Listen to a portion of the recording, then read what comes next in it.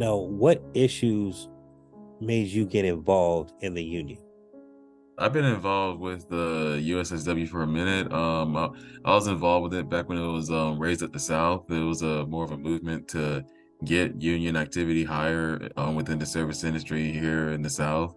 What made me get involved was I've just seen how things have shifted at Waffle House over the years and how things have been getting worse. You probably say the Waffle House was a decent job to have, but like it's like now it doesn't really now it doesn't pay your bills like it used to.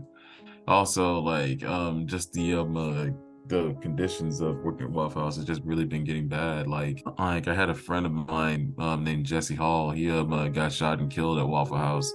And they asked me to come they asked me to come into work the next morning, like only a couple hours after he had died. And that was just like really a moment that kind of made me think that like, what are we doing? Like, isn't this this is a little ridiculous that like people are basically putting their lives on the line just on grits and hash browns, and the company is not really taking their lives seriously. So, what I was hearing, the two issues is the wages because can't make ends meet like the way you used to, and Hmm.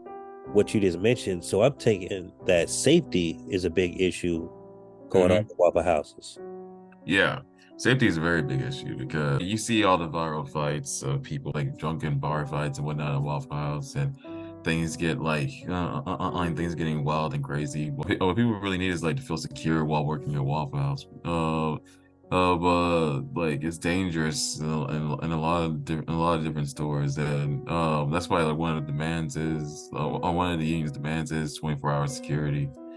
Pay is definitely a really big one. I guess the union's asking for 25 an hour. For end of meal deductions, because like they take money out your paycheck if they because they expect you to eat Waffle House while you're on the shift, and that doesn't always necessarily happen. You're basically always paying for food that you're not even guaranteed to get. So yeah, we don't we want an end to meal deductions, and we want we want to get paid more. There's a wage called for tip workers. In Hmm. Seattle, they tried that, it failed, where tip workers made like $2 or $3 an hour because they expect tips to make up for the rest of that wage.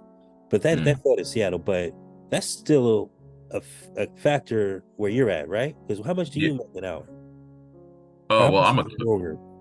I'm a cook, so I make 17 an hour. But servers and I'm servers and waiters and waitresses like that, like all across the South, their wages are really low. Like servers at a Waffle House makes about something like 2.98 to like something like 3.15. That's their hourly wage. And yeah, they do expect you to make it up in tips. Like, and sometimes you can make something good enough, like you make like say $100 in a day or something like that.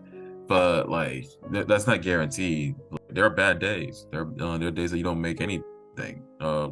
So that's like why one of our demands is to like have a holistic increase of wages, because you can't really like plan out your life when you're only guaranteed to make 3.15 an hour. You're only like expected to when you only really expect to like maybe bring home like $50 in a week or something like that. Because I've seen paychecks like that where it's like $50 in a week, or even lower sometimes. So my next question is, how has the company treated the union and the issues that you guys brought up? Basically, been somewhat ignoring us. Not exactly, not exactly like treating us like we're not there, but like they're like yeah, that they're a thing, but they're not really a thing. They're like distancing us from the other employees. But I've worked at Waffle House for a long time. Like there's not a job in the building that I don't know. So you can't, you can't do that with me.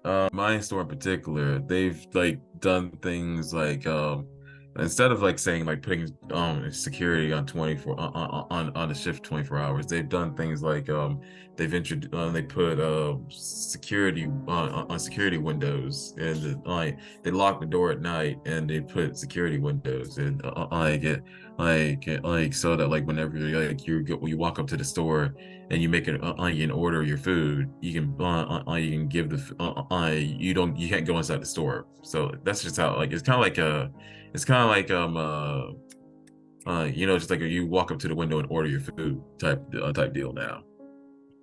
Yeah, got you. And you said something about them treating you guys differently than the other stores, or what was that? Well, no, I know it's not that they treat us different than the other stores. There's more a lot of the people that are in the union aren't really Waffle House employees. But that's not accurate, because like there's plenty of people that work at Waffle House that are on that end of the union. Like I just said, like I've been to Waffle House for years. How can people like me help you guys address your issues and get you guys word out there to increase the pressure on Waffle House? Okay. Well, right now we have a petition, and you can go to ussw.org, or you can go to at Raise Up the South, and any of our social media. You can find a petition, and I want to encourage everybody to go sign the petition, because that's what we're on. Because right now we have this really big campaign to pressure Waffle House to respect our right to organize. Keep up to date with USSW, where we're like and like where we're going to continue to organize, and we're going to like continue to put pressure on Waffle House.